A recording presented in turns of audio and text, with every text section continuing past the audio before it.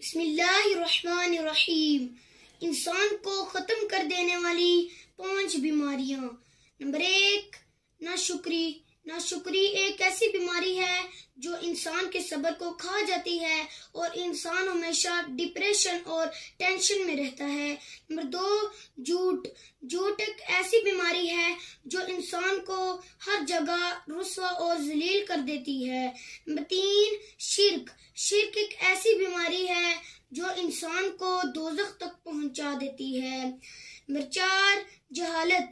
जहालत एक ऐसी बीमारी है जो इंसान को हक और बातिल में तमीज करने नहीं देती।